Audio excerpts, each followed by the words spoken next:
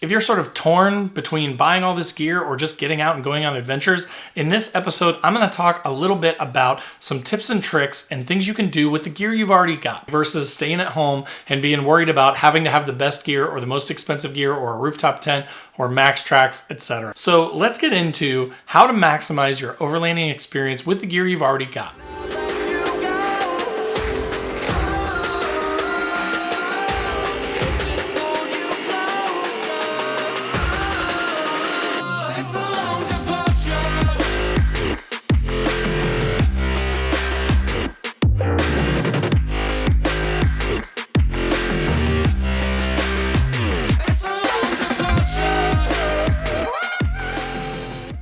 All right, so let's start by breaking this up into a few sections. The first section is making the most of your vehicle. This is probably the biggest single investment that you're going to have when you start overlanding. It's kind of the foundation of your setup. So here's how you can make the most of what you've already got. First, utilize roof space. If you've got an SUV with some sort of a roof rack or something like that, you can use that roof space that you've already got on your vehicle without having to buy an expensive roof rack or additional, rooftop tent or storage boxes or anything like that. You could strap a spare tire up there. You can put stuff up there that you need to take with you. If you've got some crates laying around, you could put them in the back of an SUV. So utilize your roof, utilize that back space in a bed of a truck, utilize that space in the back of an SUV, and take advantage of what you've already got. Again, you don't have to go out and buy $300 Roam cases or $1,000 Zargus cases either to get started. Now, they're nice pieces of gear, and there's nothing wrong with those. But just to get started, get out and explore. Figure out what exactly you need. What size containers do you need? What type of gear are you going to take with you? What do you actually specifically need to store? And again, to get started, just take what you got and go learn. Second, keep it simple. Like with a vehicle, a lot of stock vehicles are pretty capable as are. So you don't have to go out and spend thousands of dollars on suspension setups and bigger tires and mud terrain tires and, armor and bumpers and all that stuff to get started. Now, eventually you may grow into a place where you do want to do some more challenging trails and things like that. But to get started, just keep it really simple. It'll keep your reliability up on your vehicle. It'll make it a lot easier for you to get out and explore without having to worry about spending a bunch of money, and especially spending money poorly on things that you may not end up using that much. If you do want to spend some money and you do want to focus on what makes the most sense for you as a new overlander, think about recovery, things like that. Think about recovery straps. Think about maybe something like some traction boards or something like that, because those may be something that will come in handy when you get stuck at some point. But again, you don't have to go buy the most expensive, pieces of gear. You don't have to buy all that stuff to make yourself self-reliant. You could also just go with friends the first few times with some very basic recovery gear. You can still stay safe and have a good time without having to worry too much about damaging your vehicle or going crazy with your modifications. Another thing about vehicles, especially nowadays, even slightly older ones, is that they have a lot of really nice built-in features. So there are a lot of them that already have, four-wheel drive high, four-wheel drive low. Some of them have lockers, depending on the type of vehicle that you've got. Newer Subarus have really smart all-wheel drive systems that can get you in and out of a lot of different things. So take advantage of those features. Learn to use them, read through your manual, watch some YouTube videos on kind of how your vehicle functions. Learn about those built-in features that your vehicle has. Some of them even, like I've looked at new Mavericks and things like that, have different terrain modes where you can switch it and it will change everything from your shift modes to, your gearing to whatever. It'll change a variety of things to give you better traction in different conditions and make your vehicle more capable without having to make any modifications. Okay, so next point, plan according to your vehicle's limitations. Again, another way to be smart about this is if you have a less capable vehicle, just plan to hit up some gravel forest service roads. You don't have to go out and tackle Moab the first trip that you go out. Instead, you can just focus on setting your trip expectations appropriately based on your vehicle's capabilities. The other nice thing about this is it's going to teach you a lot about your vehicle, right? If you start a little bit low and you go out and hit some gravel roads, you're going to have a little bit of a good time. You're going to learn a little bit about what you want to do. Maybe you do want some more challenge. Maybe you do want to hit some more tricky trails. Start to amp it up a little bit at a time. And when you start to experience some limitations with your vehicle, then you can say, hey, you know what? Clearance is my problem. If your vehicle's clearance is the problem, then you may need to fit some bigger suspension on it so you can fit bigger tires, which will get your vehicle up higher off the ground. So again, once you kind of start to learn the type of terrain that you're going to go on and the type of trips that you want to take, then you can build your vehicle appropriately without wasting money on things that you may or may not need now that you're more experienced. All right, so the next part of this episode is gear. right? Gear is a huge thing. And I will tell you from my own experience that I went out and bought everything. I was so excited to get on Amazon and start buying stuff, get on Adventuron, start buying gear. And you just accumulate it. For a while, I had piles of boxes sitting around in my basement. Before I ever even went on a trip, I was accumulating gear. I was buying hammocks, I was buying sleeping bags, I was buying shovels and knives and everything else, right? Thinking that I needed all this stuff before I could really go on a trip. And as a result, I wasted a lot of money. I spent a lot of money on things that I ended up never even using again. So, think about the stuff that you've already got. If you've got an old sleeping bag, use that the first couple of trips.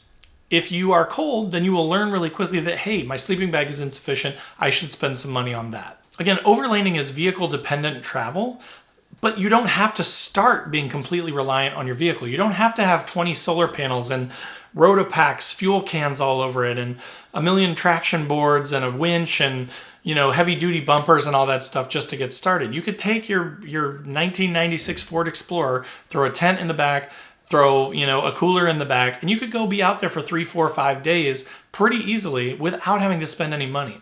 So take advantage of the stuff that you've already got. Test your limits of your gear, just like you would with your vehicle. Test your limits of your gear. And then as you learn the holes in your setup, then you can prioritize where to spend your money. In addition to your camping gear, you also have to think about cooking, right? Especially if you're going on a little bit longer trip, 3, 4, 5+ days. Then you're going to be cooking a lot, right? You've got to keep yourself alive. You've got to eat food. You've got to drink water. You've got to have, some kitchen gear to carry water. So you're going to need some sort of a jug to carry water. You could, again, for the first few trips, bring some bottles of water or something. Bring some milk jugs. Take some gallon milk jugs and fill them with water if you need to, so you don't have to go out and buy an expensive aqua thing or a 7-gallon jug or anything like that. You don't have to go and get all that gear for the first couple trips. You can just explore and kind of test your limits. Same with your kitchen gear. You don't need to go get a full, front runner kitchen setup with 20 knives and forks and spoons, and you're not entertaining a whole busload of high school athletes, right? Like, you just need to get yourself through a few days of being self-sufficient. So take what you've got at home. Use some of your stuff that you've already got. Clean your dishes at the end, again, with those gallons of water that you bring in your milk jugs. You can wash off your dishes, you can clean things up, bring a couple of towels with you. Use the stuff that you've got in your house just to get started. And again, you may not even like cooking, right? You may hit a point where you're like, you know what, I'm just gonna bring mountain house type meals, which are basically freeze-dried meals that you just boil some water and then pour into the bag and shake it up and let it sit for 10 minutes. And then you've got biscuits and gravy, right? If that's your thing, then you learn that and you don't waste all that money on kitchen gear that you're gonna not use in the long run. These same rules apply to clothing, right? Now, clothing can be one of the more important things that you're gonna need on one of these trips. However, I will say I've been doing this for like 5 or 6 years, and I still haven't spent a ton of money on clothing. Now, one tip that I got from one of the guys from GTFO Overland was, if you're gonna spend money on the things that touch your body. So like a sleeping bag, blankets, clothing, that sort of thing, versus your external gear. Especially if you're going like cold winter camping. The better your gear is, the more comfortable you're gonna be. The more comfortable you are, the better your trip's gonna be, right? But again, I will say, I went to Wisconsin here a couple weeks ago, and I wore a pair of Walmart sweatpants that were like $6 with some cargo pants basically over top of them, some snow boots, and a t-shirt with a long sleeve shirt with a fleece over it with a jacket over that. That's all that I wore. I didn't have any fancy Columbia gear or Patagonia gear or anything like that. I didn't have to go and spend $1 million on clothes to get out and explore. And it was, 4 degrees the first night and -11 the second night. Now I have a diesel heater, so that's pretty bougie. You don't have to get a diesel heater to start, but if you're gonna go in the winter, again, that's one of those things I learned over time. After the first 3, 4 years of doing this, I started to see people with the diesel heaters.